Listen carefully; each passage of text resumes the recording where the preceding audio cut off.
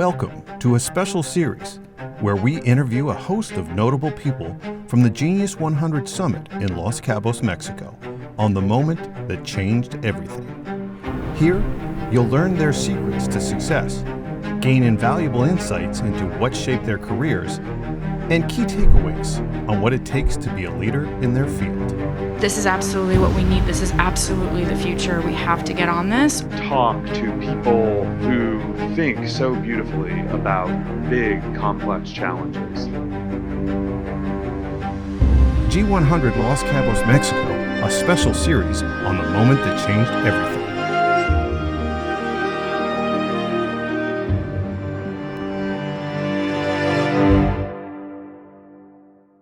What do we want to talk about today? Talia, do we want to talk about your books? I mean, do we want to talk the reason behind your books or your business background?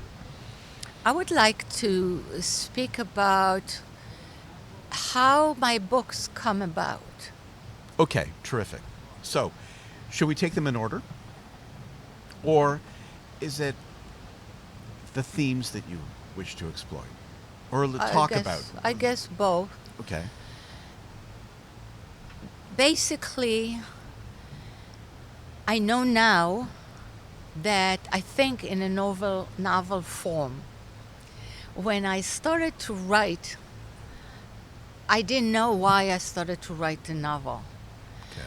But I realized that I have the capacity of keeping on a horizontal way many forces, those forces that shape our lives, be it economical, geographical, religious, psychological, societal, whatever is happening all the time, and then the story goes vertically. But the different forces come into play as the story progresses. That kind of horizontal thinking is probably what you call creativity, when you can hold so many different ideas in your head, or balls in the air, as you may call it, and then see how the story progresses in a almost straight line. So tell me, the title of your first book was? Puppet Child. That's Okay. my first published book. The first one I mentioned in the discussion that we had inside, that I started to write on November 3rd, 1993 at 2:48 p.m. And how do you remember that date? I had returned from Moscow 3 weeks prior, where I was caught in the uprising of the Russian parliament against Boris Yeltsin. I had been sent by the USIA, U.S. Information Agency, as they sent experts around the world to teach Russian women business skills, entrepreneurship after the fall of communism. It was my second trip that year. I had gone in May. Now in October, I got caught in the uprising. I ended up on the run from the militia. It was a harrowing event. I was threatened with jail. I actually literally had a bag with me with spray against cockroaches, which I'm sure jails would have. I had tea bags, I had granola bars.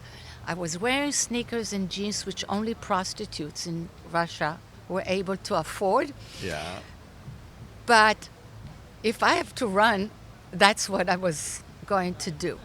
And I was, as I'm saying, it's complicated, but luckily, the uprising was quelled. The American embassy, which had closed because it was only two blocks away from what the Duma, they called the Duma the White House, which was the parliament that was on fire.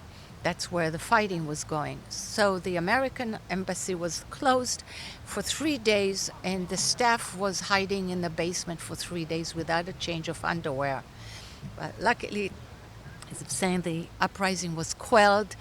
They reopened. Somebody whispered in my ear. I was at a lunch with my jeans and sneakers trying to give business advice that's not prostitution.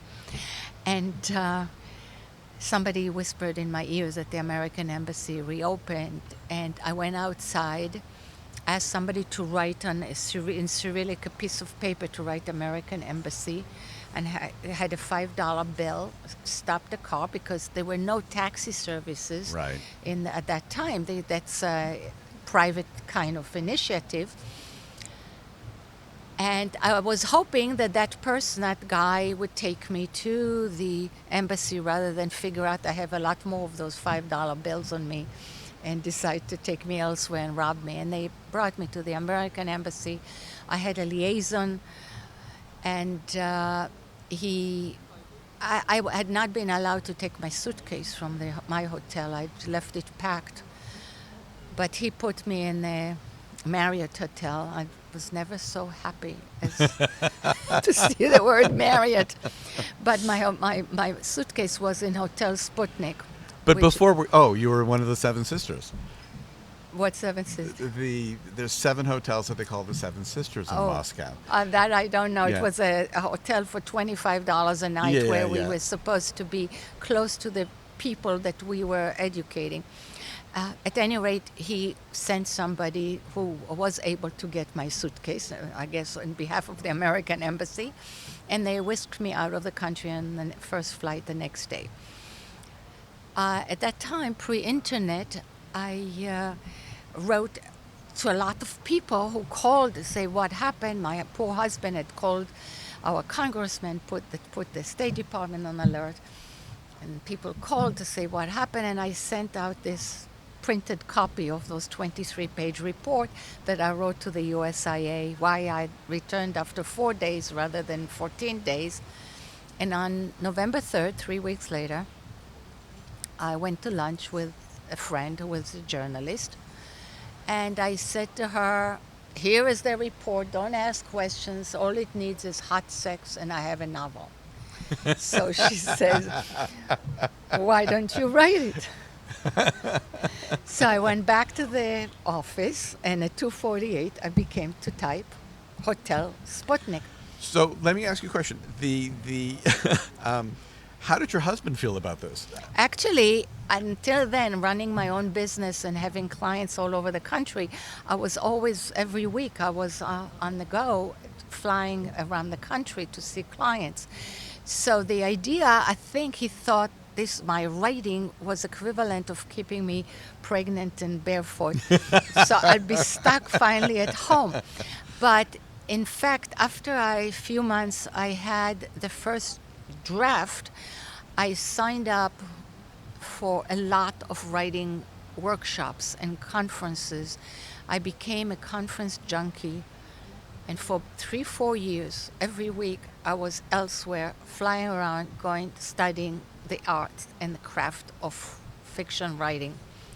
I used that first maiden effort as my learning product. Eventually, it was agented, but it didn't get published.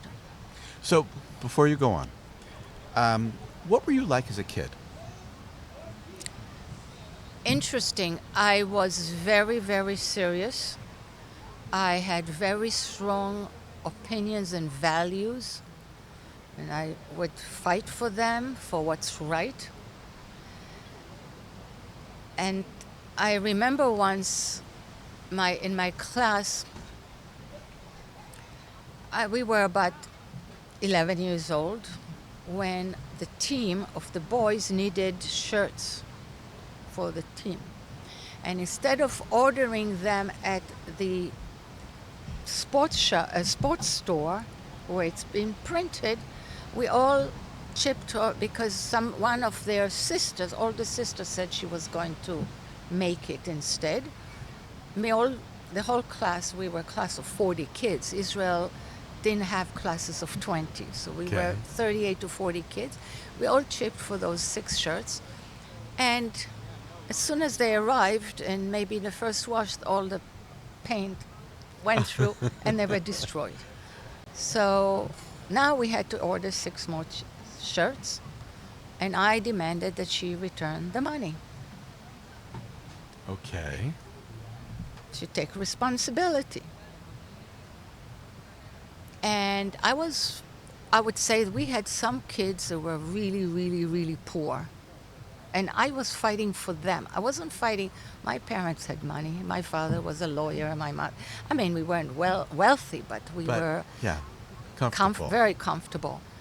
So my fight was, we can't. One of the kids' father died the year before. The mother was a cleaning woman. He was terribly disturbed. Constantly the teacher was calling her. She was losing a day of work. I could see, I was 11 years old. I could see this poor woman could not clean a house today because she had to come to school. So to ask her to pay for a second time for a shirt, so Right. I was fighting for him and for other kids like that, because we had a Yemeni girl from the immigrants. She had lice in her hair. I mean, so that's the kind of kid I was. And so thematically, your books have kind of taken on the same protectionist. Yes. Which one was the most difficult to write? The third daughter, my last one, took a lot of maturity because it's about sex trafficking. And all my books, I write from the point of view of the protagonist.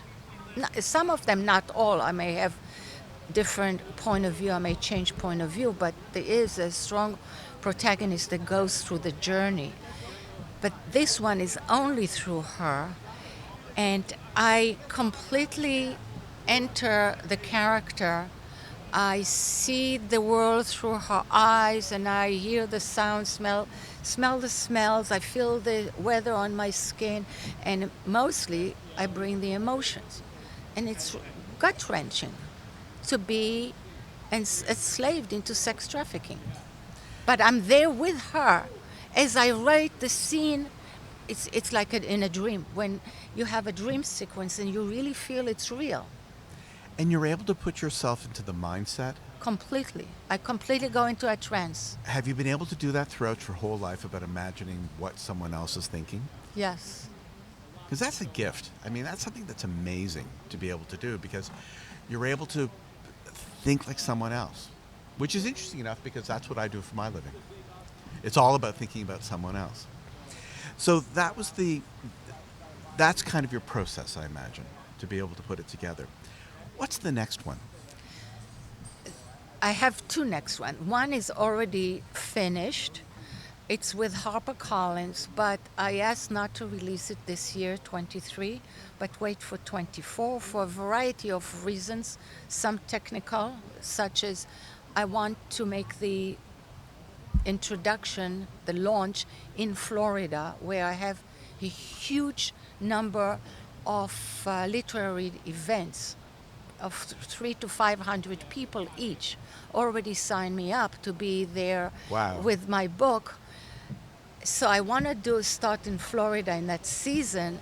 Then I can go, let's say, late April or May and June, do the New York metro area. Right. Before summer sets in.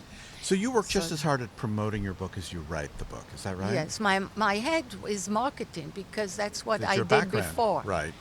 Right. So I always think, even now, as I'm writing, as I'm not writing, I mean, I'm writing something else, but as my book is not ready to be promoted, I take notes, I take contacts, I prepare little, and then I hire an event coordinator. Right. Who would normally, before COVID, they will be sitting right next to me all day, and I would supervise their marketing, their promotion, their PR, all of that. I have a question for you. We should do this again, okay, another one of these. But could we do one talking about how you promote your book? Yeah. Talia, I know this is short and sweet, but you're going to come back and do this again. This is the moment that changed everything from Genius 100 Visions at Los Cabos, Mexico. Thank you so much. This was a pleasure.